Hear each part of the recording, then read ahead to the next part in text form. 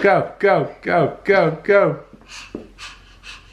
What do we do today, Chell? For real, what do? We solved all the world's problems. We did.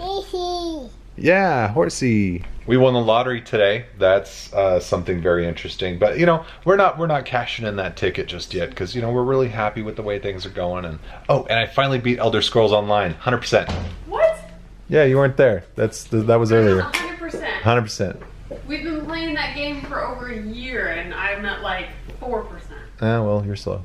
You know, today's just one of those days where everything is perfect, you know? But just like the controlled type of perfect where it's so good, you're just like, I like this level right here. I know I could take it up a notch, you know, but we want it right here where it's comfortable. Because if life was too perfect, then, you know, it would be boring, I think. Oh, by the way, we vlogged about this yesterday, but I decided not to put it in because it looked super depressing.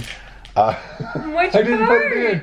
Okay, so there's this chocolate tower that we got from Kristen's grandpa. Oh, yeah. And it's like every day there's another box, like, what is it, like 5 layers of boxes, and each layer has like chocolate in it. Every box we open, we have to get gradually more excited and more like happy about the chocolate that's inside, because otherwise it's just chocolate, you know. Again, this is the whole like getting excited thing. We're trying to control ourselves on excitement levels. But yeah, so the very first box, we had to pretend it was horrible, like the worst candy we'd ever tasted, so much that we almost spat it out. And then yesterday's chocolate that we had last night was, it was horrible, but not the worst thing we've ever had. And so this chocolate today should be... It's a bigger box. This should be like mediocre. Yeah, like mediocre, like, you know, I've had this kind of chocolate. Yeah. It's not the best chocolate I've ever had, but it's not the worst, you know, so. Jill loves it all because she never gets chocolate, so. It's chocolate. Yeah. Okay, if a kid doesn't like chocolate, there's something wrong with that kid. There really is. It's okay. You just wait. Tomorrow the chocolate's gonna be like, well, it's gonna be good. And then the next day it will be the best thing we've ever had. Yeah. I hope that's true. Because there's certain chocolates I don't like. Like, I don't like chocolate with coconut in it. And I don't like chocolate with weird like jelly fillings. So hopefully that's not the last day, because that would be a bummer, because I really wouldn't like it. In all fairness, this is actually darn good. Feeling any kicks today, Mama?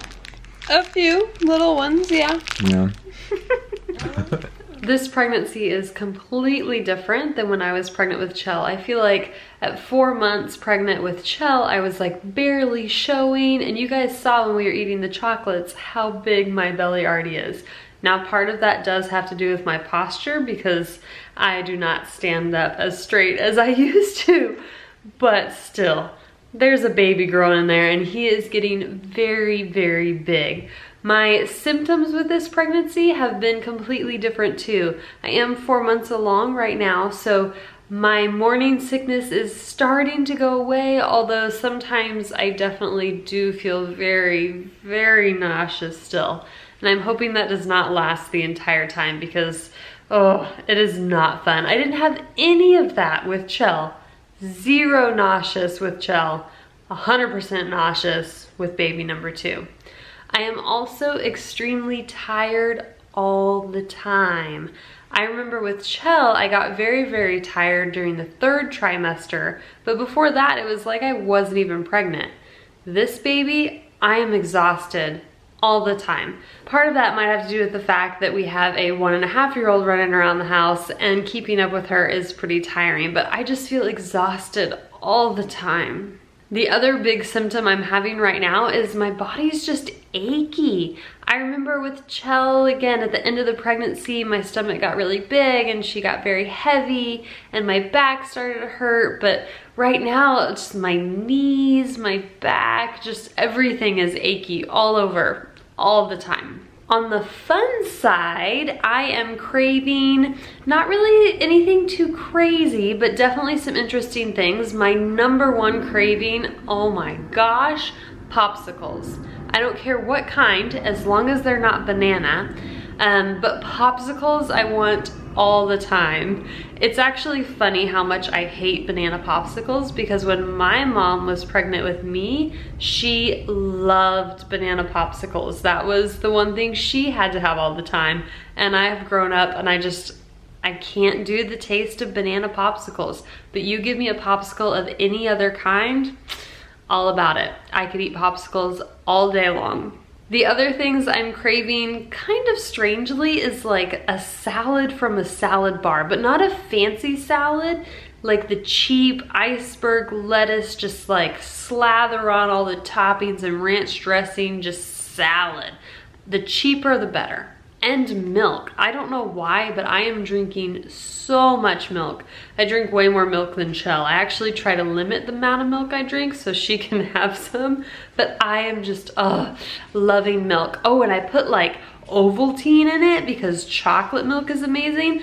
I have never had Ovaltine before in my life, but let me tell ya, the stuff is good. If you've ever seen those old commercials where like, more Ovaltine, please. Like, that's me, 100%. Some other interesting updates about this pregnancy is I'm getting to the point where I can't really pick up Chell, and that's something that's really hard. I don't know if any of you women who have had like 2 kids or more, how do you do that when you have a kid that wants to be held all the time, but I don't know, it's achy, it makes me hurt, makes my back hurt a lot. And there's also this rule that, you know, pregnant women aren't supposed to lift a certain amount, which I think is kind of silly because women have been pregnant throughout time and they have to lift their kids up. But it's just very difficult for me to lift her and carry her the way she puts pressure on my stomach, and it's just that added amount of weight that is something I'm not used to, and I don't know how to deal with it. With this pregnancy, Corey and I are trying to decide a few things. One of the biggest decisions we have right now is whether or not I'm gonna give birth to the baby at a hospital like we did with Chell, or go with a birthing center. I really, really like the idea of a birthing center because I had 0 complications when I was giving birth to Chell. My labor went very smoothly. I did not use an epidural, and it wasn't easy, but it would have been nice to be somewhere a little more comfortable than a hospital. I'm sure Corey would appreciate having somewhere more comfortable than the hospital. I would love to be somewhere where there's like a bed big enough for him to lay with me, or just like really massage my back from a better angle while I'm laying down. And I honestly, when we had Chell at the hospital, the night after she was born, she had to sleep in a bassinet next to my hospital bed. And I feel like a birthing center, I might be able to sleep with her that first night, which is something I would love to do. Well, not with her, with the baby boy. I would be able to sleep with him that first night, which is something I would love to be able to do. So we're trying to figure that out. Of course, hospitals have their own benefits as well in case something does go wrong this time, because every pregnancy and every birth is different. So a hospital would be definitely a good safety net. We would be able to use the doctor that I have now going through the prenatal stuff. She doesn't go to birthing centers, but she does the hospitals. So we're trying to figure that out. We're trying to weigh our options. We're gonna start going on all the tours pretty soon so we can kind of look at the differences. I think there's maybe at least 3 big hospitals in the Tulsa area. So trying to decide between those 3 big hospitals, and then I don't even know how many birthing centers there are. Or I guess we could have the baby at home. I mean, people still do that. I'm not sure that is something I would want to do, but if you guys have any experience or opinions or advice on birthing centers or hospitals, please leave comments down below. I would love to read the experiences you guys have had, just to get a better idea of maybe what to expect at a birthing center, or you know, why you chose a birthing center over a hospital or a hospital over a birthing center. It is a very big decision, and I could use all the help I can get. The other thing we are trying to decide, which is definitely the biggest decision, is what to name our baby boy. We know it's gonna be a boy. I have no clue what to name him. Corey's come up with a couple ideas while driving around, and we have a couple family names that maybe we're playing with, but we just really, nothing's grabbing us. Nothing feels like that is it. With Chell, it was, you know, I'm sure Corey's had that name picked out in the back of his mind for a very long time, but it fit her. Like, that name felt right to me just based on the little personality I could feel growing inside me. So it just made sense. But I don't know, we just haven't found that in a boy's name yet with this baby. So maybe when he gets bigger, I'll get a little better feel for what kind of person he's gonna be. But I don't know, it's so hard to come up with names.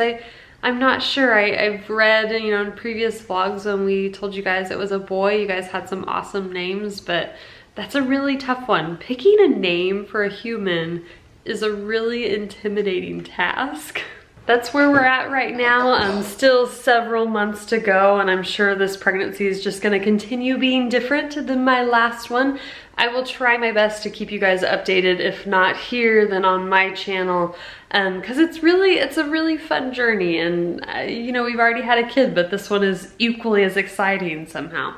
Anyway, we are going to make dinner and just kind of relax for the rest of the evening, maybe play a board game, wrap some more Christmas presents, something like that. We'll see you guys tomorrow. Bye.